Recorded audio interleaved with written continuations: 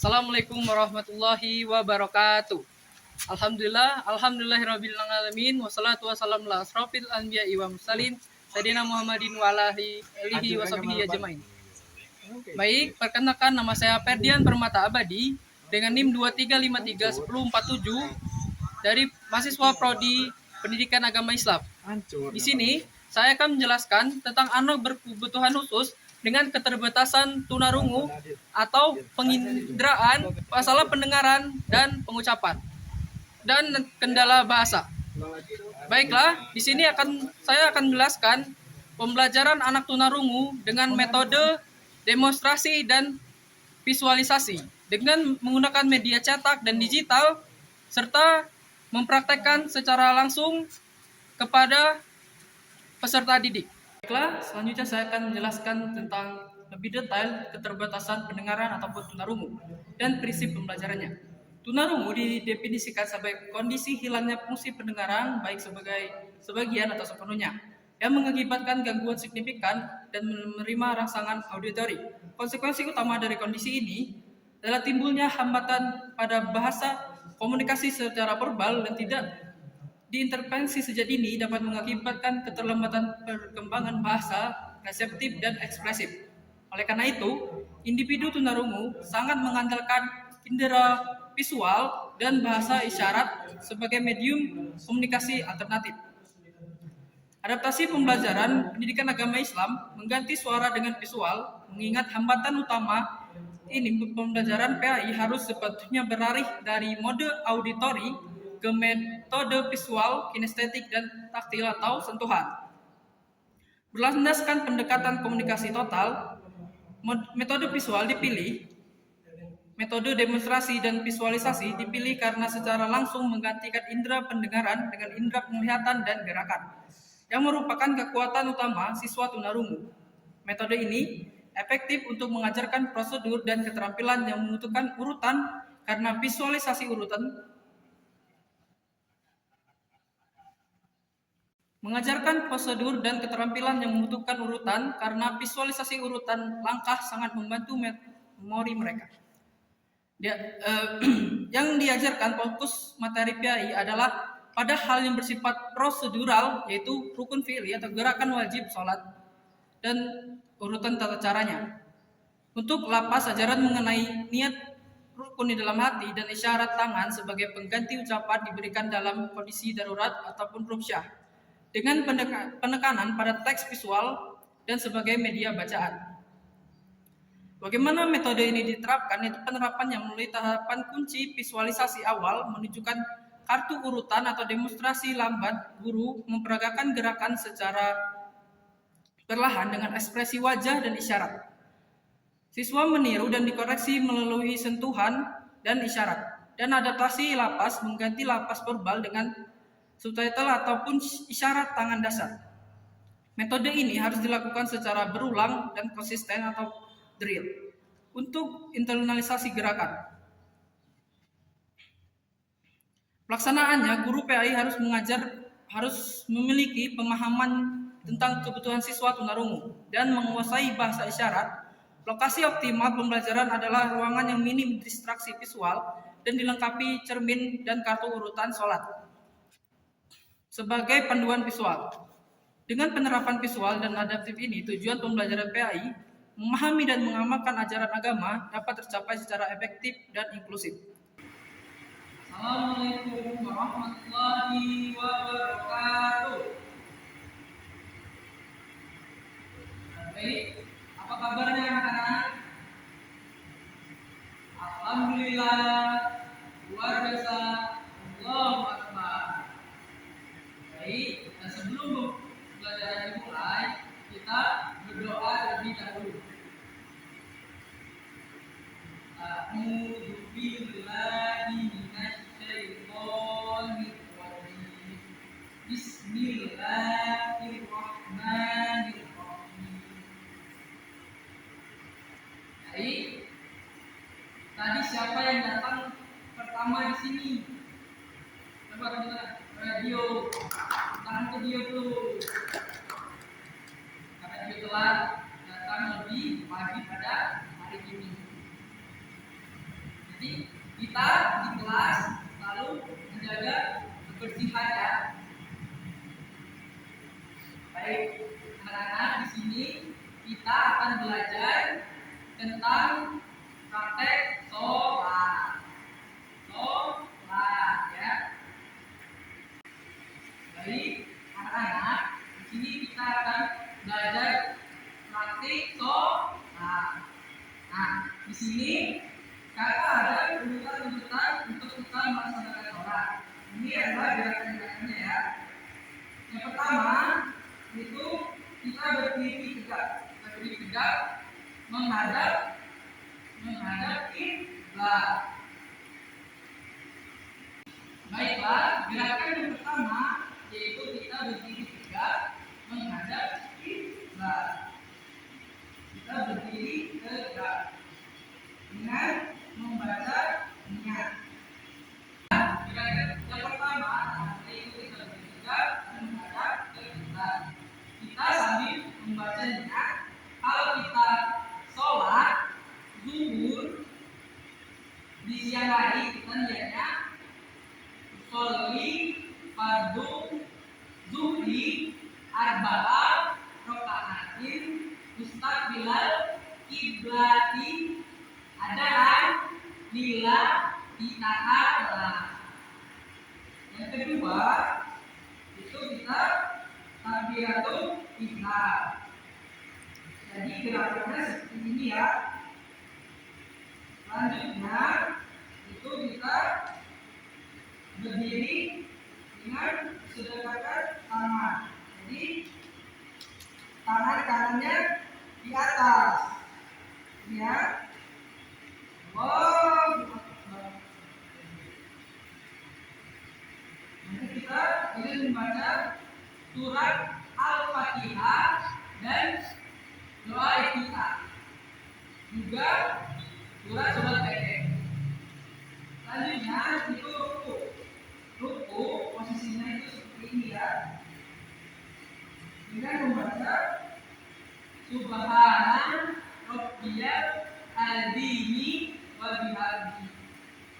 Jadi selanjutnya itu kita kembali berdiri tegak, namanya iktidal, dengan membaca Sami'allahu liman hamidah. Selanjutnya itu ada sujud seperti ini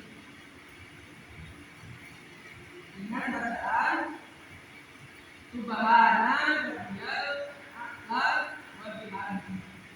Antara dua seperti ini ya. Selanjutnya itu kita melihat awal dengan kaki seperti ini dan kulitnya seperti ini ya. Dan juga bacaannya. Selanjutnya itu ada tahiyat akhir. Nah, bedanya posisi kaki kita seperti ini. Benar ya? Nah, baik. Jadi untuk adik-adik lebih memahami, kita akan melihat video itu.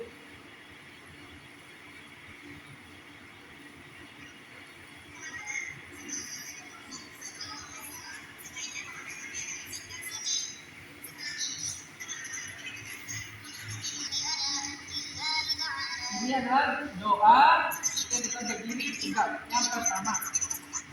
Ini yang kedua.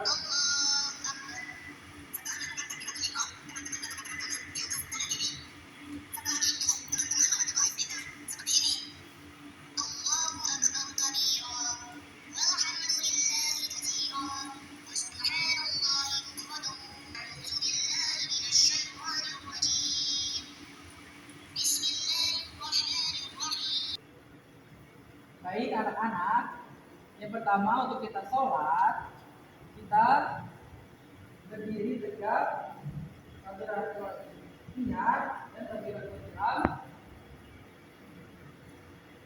Iya, yang pertama kita dengan niat di dalam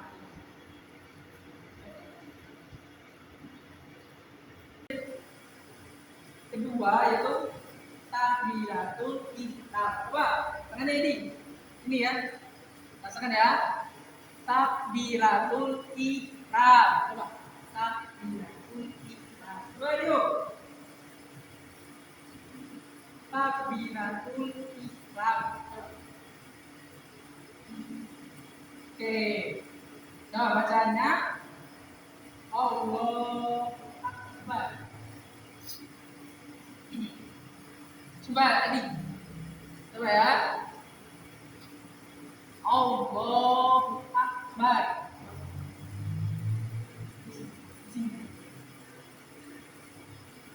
Allahu Akbar.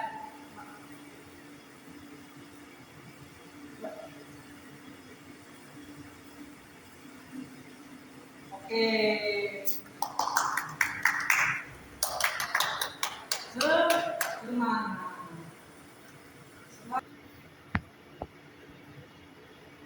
Kedua, kita pelajaran kira. Bentar. Bapak kakak dulu ya. Tangannya terbang dulu. Baik. Allah Akbar. Baik, tangan-tangannya di atas tangan kiri.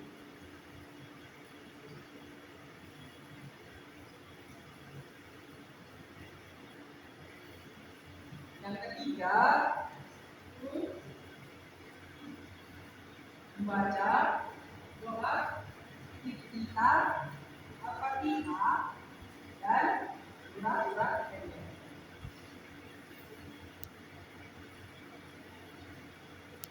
Yang keempat, itu kita ruku.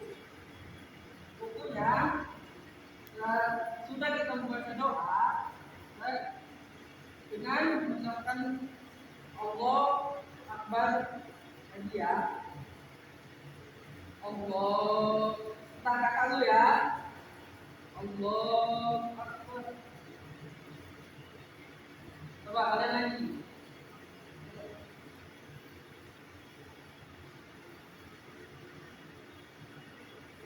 Baik ya, ini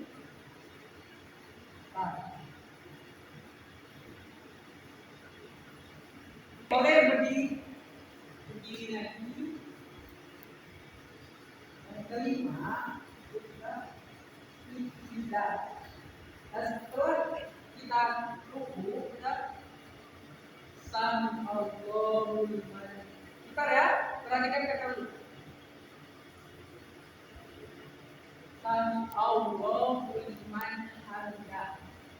Yo, tangannya enggak seperti ini lagi ya. Coba. Tadi ruku.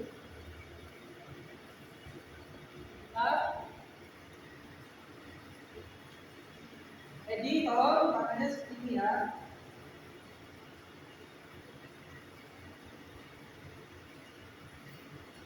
Enam, jadi kita tunjuk. Tuh. Setelah ini kita baca doa. Kita Allah Akbar. Adik-adik, tunggu kakak dulu ya. Kalau kamu berdiri lagi ya, berdiri. Lihat dulu ya, lihat dulu. Oh, nah, itu ya, coba.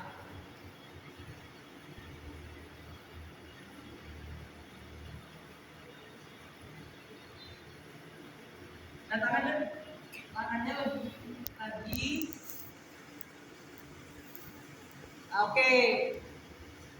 Oke, bangun lagi. Aduh, itu selanjutnya itu kita duduknya duduk kira-kira 2 sudut ke sini. Kita perhatikan ya.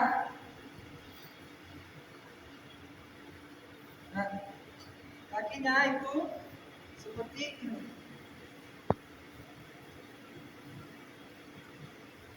Ini ya. Coba. Nah, kakinya lihat ya, kepada ke sini seperti Edi ya, seperti Edi. Coba lihat. Nah, ayo coba Dio.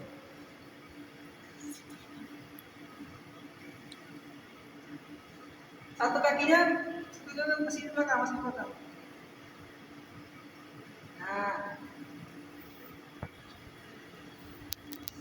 bagus ya. Kita sudah benar. Baik. Terus selanjutnya kita tahiyat awal. Sudah seperti tadi kita baca tahiyat awal seperti ini ya. Darinya ini. Kita catat ya. Kita bacakan ya. Asyhadu alla, asyhadu alla. Coba. Ini asyhadu alla ini. Iya, ini satu aja ya. Ini itu ya. Nah, baik. Selanjutnya itu kita tahiyat akhir. Jadi tahiyatnya seperti ini. Perhatikan dulu ya, dilihat ya.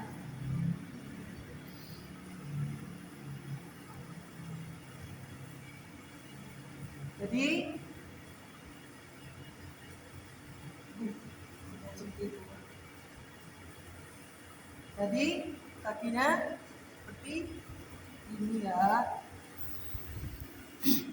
Nah,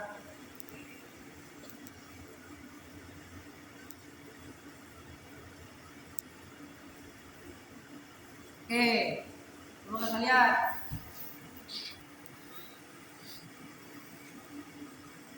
Yuk, coba ini kakinya kayak tadi ya, dibenerin kayak di tadi. Kakinya, ayo. Kaki sini ya, sini lagi. Nah, bagus yuk. Masuk.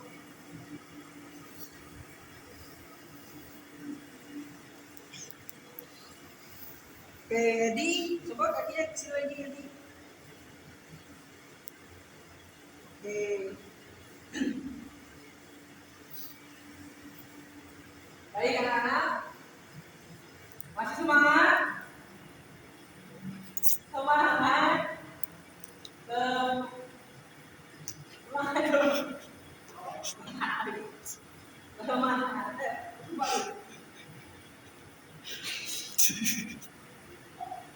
Oke, yang terakhir itu salam.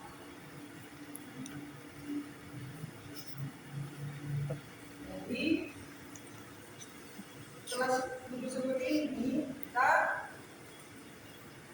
Assalamualaikum warahmatullahi wabarakatuh. Nah itu kita menghadap ke kanan. Assalamualaikum warahmatullahi wabarakatuh. Nah sudah itu Assalamualaikum warahmatullahi wabarakatuh. Sebelah kiri dan kanan. Coba. Assalamualaikum warahmatullahi wabarakatuh. Lagi. Assalamualaikum. Coba katakan. Assalamualaikum warahmatullahi wabarakatuh. Ke kiri. Ya. Coba. Assalamualaikum warahmatullahi wabarakatuh.